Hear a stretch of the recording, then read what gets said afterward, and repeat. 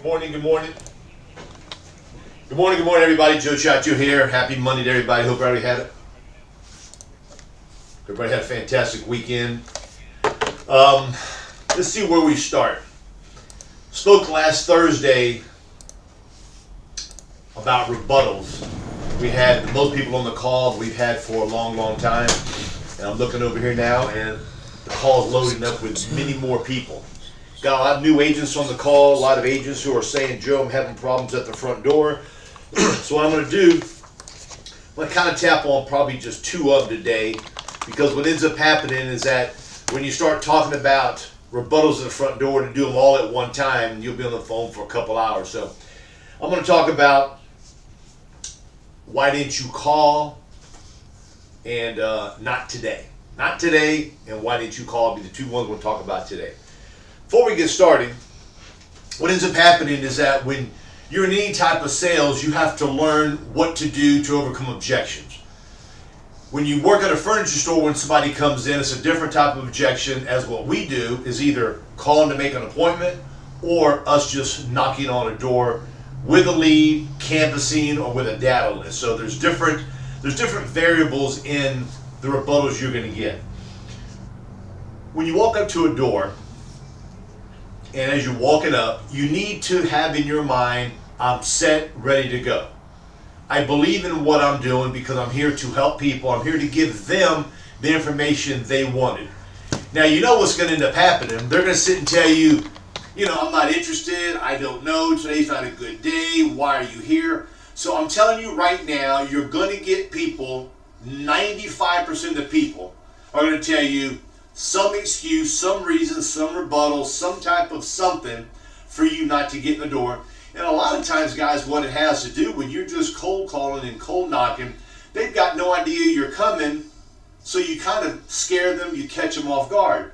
Yet, if you call people to make an appointment, and you call them, and they say they don't remember doing it, and now you try selling an appointment, telling them this is what the card said, let me send you a picture of it, let me draw you this, let me tell you this here, and they tell you no 17 times on the phone. When you go to the door, it's going to be more challenging to get in. So, let me make like a quick right-hand turn real quick. If you call somebody up to try to set an appointment, and you may be good at doing it, you may just be a starter. When you tell somebody hello, you would send them a little card in, want some information, 99% of the time they're going to tell you they do not remember. So you need to kind of sit and say a little bit more stuff, which I'm not going today. Go to the workshop calls, go to the FE expense, and you're going to see all of this stuff here where you can go and listen to it now. When you go to a door and you knock on it, they don't know you. So, you need to believe in what you're doing. You need to believe that the stuff that you've been studying is going to work. Because what ends up happening when you get out of that car and your mind goes into the negative, oh, I've made no sales today, they're probably not going to let me in, I'm going to hear the same thing the lady told me down the street, I don't know why I'm in this business here. You've just committed suicide. You're actually killing yourself before you even get to the door. So what you got to do, you got to believe in yourself. You got to have heart. You got to have desire that I'm going to do it no matter what they say is part of the game. And when you continually tell yourself it's part of the game, I know I'm going to come across some rejection. I know they're going to tell me something. Your mind's already set for that there. Yet you got to be prepared so when they say that to you, you got to know what to say. So you got to have different files in your brain. If they tell you this, you got to go to that particular file, open that file up and go, okay, this is the first part, the second part, the third part. You got to do that there because if you don't, you're going to be caught with your pants down and you're going to be like a deer in headlights saying, oh my God, what am I doing here? I don't believe this here. Now, you make a mistake. Who cares? Who cares? Well, Joe, how can you say who cares? That lead cost these agents money. There's a learning curve, guys. Learning curve. So my thoughts are work older leads. Buy older leads. Start off in the morning with a couple older leads you haven't run in a while in an area that you ran before. Go see somebody who told you no 3, 4, 5, 6 months ago. The purpose? You're a professional baseball player. you got to get warmed up. You got to loosen that arm up. You got to loosen your waist up. You got to loosen that torso up. So when you actually go up to bat and you're looking at that pitcher dead in the eye, you're ready for him no matter whether he throws your fastball, curveball, or changeup. So by using an older lead, it's going to get you ready for the person that you're ready to see who's a hot, fresh lead. Now, knock on the door. And again, there's a place to stand. I like standing at least 10 foot back because I'm a tall guy. So my thoughts are, the taller you are, the further back you stand. The person's going to be able to hear every single thing you say, no matter if you're 10 foot back, unless they live off a highway and the interstate and you got a convoy of semis going back and people are honking the horn and the lawnmower's going on right there. Then you maybe have to get a little bit closer. It's not going to happen. Stand back. By standing back, you don't intimidate them. Knock on the door, stand back. I carry no briefcase, no nothing. I carry just a pack of leads with me. And by me carrying just a pack of leads with me, in their mind, I can't sell nothing. What if you go into a condo? What if you go into a high rise? I set it on the side of the door. So if the door opens this way here, they're going to look at you at an angle this way here. Put your briefcase right over here. When you walk in, you grab it, take it in with you. When you go to a door unexpected, you're going to maybe scare them. You're definitely going to catch them off guard. They're not going to remember the card you sent in. No matter if the card says life insurance, filing expense, bear, it doesn't matter what the card says, they're not going to remember sending the card in, because we call these people that send these cards back in for, regardless what it is, they're called responders. They're responding to something they saw on that little lead and something caught their attention. What could that be? I don't know. I've actually let them look at the card, I've highlighted everything, and they still don't remember sending the card in. So, let's sit and say they tell you, not today. It's very easy to get discouraged. The secret is to keep your head down, keep your shoulders down, you stay in the game, and you say, ma'am, I totally understand, today's not a good day. She says, no, it's not. Now, you're not going to sit and say, okay, I'm going to retreat, I'm going to leave, I'm sorry, forget about it, ma'am. You're going to stay in there like you're a baseball player and that fastball's coming. You're going to stay right in with that ball. You're not going to get afraid that ball's going to hit you, because the name of the game is for us to cross that 4-inch threshold to get in the house. You are going to have to start carrying a bunch of leads with you. Carry 20, 30, 40 leads with you. So when they tell you not today, you can very politely say, ma'am, I totally understand. I'm in your neighborhood only today and tomorrow. I'm extremely busy. I got to see all these people and you fan them out. Can you just give me 2 minutes of your time and I'll be done? Okay? If you like, we can step outside, find the weather's not cold, find the weather's not rainy. Can you step outside? Or if you want, we can talk here for a couple seconds. When you speak to them outside for a couple seconds, you just want to give them a little taste, a little flavor of what you're doing. So when you get into the house, you can tell them exactly why you're there. When they say not today, in my opinion, it's kind of like they don't really remember what they sent the card in for. Okay? So what I'm going to tell you to do is to highlight the buzzwords on the lead. How to qualify, you may qualify, final expense, burial insurance. So pick out the buzzwords that are on your lead that you work in your area. Hand it to them. When you hand it to them, back up. Let them look at it. Don't rush them. Don't go fast. Just let them look at it, because you want them to kind of go back a week, 2 weeks, 3 weeks, or whenever they sent it in, to try to go back in their memory bank to try to figure out why they sent that lead in. Not today. They're going to sit and tell you, what is this about? Not today. So what you're going to do on the back of your leads, let's say these are your leads here. On the back of your leads, you're going to hand them the lead here. Here's your lead. This is a blank sheet of paper. Yet on the back part of this here is your master cheat sheet. And they're going to be like this here. They're going to hand it back to you, and you're going to go, ma'am, do you mind if I show this to you?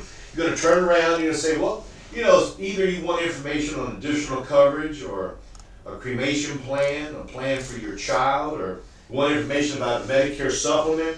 So show them that this was written on this piece of paper that they kept. Okay? They're not going to remember. They don't remember the card they signed, so they're not going to remember this form here. You can say, well, you know, I've kind of expanded that a little bit to kind of let people know exactly what I'm here for. I've got 1, 2, 3, 4, 5, 6, 7, 8, 9, 10, 11, 12, 13, 14, 15, 16, 17, 18, 19 different items on here. I think out of these 19 items, one thing should catch their attention. You have no briefcase, you're not there to sell anything to them. Okay? If they keep on telling you no, no, no, no problem, I totally understand. Can I reschedule to come back later on today? They say, well, no, kind of give me a couple of weeks and all that stuff there. Now's where the guts come in, and you tell them, ma'am, I would love to come back in a couple of weeks. Yet I'm working on a total different area. I do not think, I know for a fact I cannot come back in a couple of weeks. This does not take that long. Can I just please give you the information to where I've done my job, so in case my boss calls, you know I've done a good job. Or you can tell him I've done a good job. No, no, no, no, no, no, no. They're going to tell you no 100 times. You're going to be like a boxer now. You're going to let her keep on punching you and punching you and punching you to a point you don't want her to pull out a knife and start stabbing you. You want to sit and say, this is information you sent in. I'm just here to give you the information. You might look at the card just one more time. Show them that paper, hand it to them, let them look at that paper there. When you give them this paper here, they're going to look at all of these different things. You're going to hopefully get in. Now, you may not, hopefully you do. Here's the next one. Why did you call me? That's the one I love hearing. Why did you call me? That's why a lot of times I love for the lead to have no phone number on it. Some may just say, Joe, I got to have the phone number because I want to set appointments. Again, it's your style. Some may just want to set appointments. Then they'll call me and complain they made no appointments. They call me and complain to me that the leads cost too much and Joe, I'm not making no money. Spoke to a gentleman last week. He said, Joe, if I got to pay that much money for a lead, I am going to knock on every single door. And I said, Ray, that is a breath of fresh air. I said, I love you. Because when you knock on a door, it's much more difficult for the person to tell you no, goodbye, get out of here. Whereas on the phone, you get a person who's 5'2", they're going to act like they're, the Jolly Green Giant. They're tougher on the phone. Why? It's just the way it is. Yeah, when you go to the door, you dress nice and neat, you come across as a professional. Your calling card is your smile. Hello, how you doing? You're not going to always get in without any type of resistance. Yet you're going to have a better chance of getting in because you're going to be there to be nice. Why didn't you call me? If you had no phone number, you had no phone number. Let's say there is a phone number. And you're canvassing, you don't want to call. Say, ma'am, I was right around the corner visiting with some other folks. I was there, so I thought I'd come by just to see if you were available, to see if I can just drop off the information now. Don't say I'm come by to see if you can set an appointment to come back later. You do that later. Came by to see if you were available for me to just give you the information you requested. May I show you the card? Hand them the lead card. Highlight it. Have them look at it. They're going to tell you, yes, I remember. No, I don't remember. Today's not a good day. I wish you would have called me. They're going to start telling you all these different things. What you're going to do, you're going to listen to these things here because now you said, man, I don't have a good comeback on that one there. So in your mind, you got to write it down. So when you get in the card, you will write it down. So now you can add more artillery up here in that file cabinet. So when they say something, you're going to go, now I know what to say. Again, I thought you were going to call me. That doesn't happen as much today as it did years ago because people aren't even answering their phone. So you can sit and say, well, man, I did try calling you. There was no answer.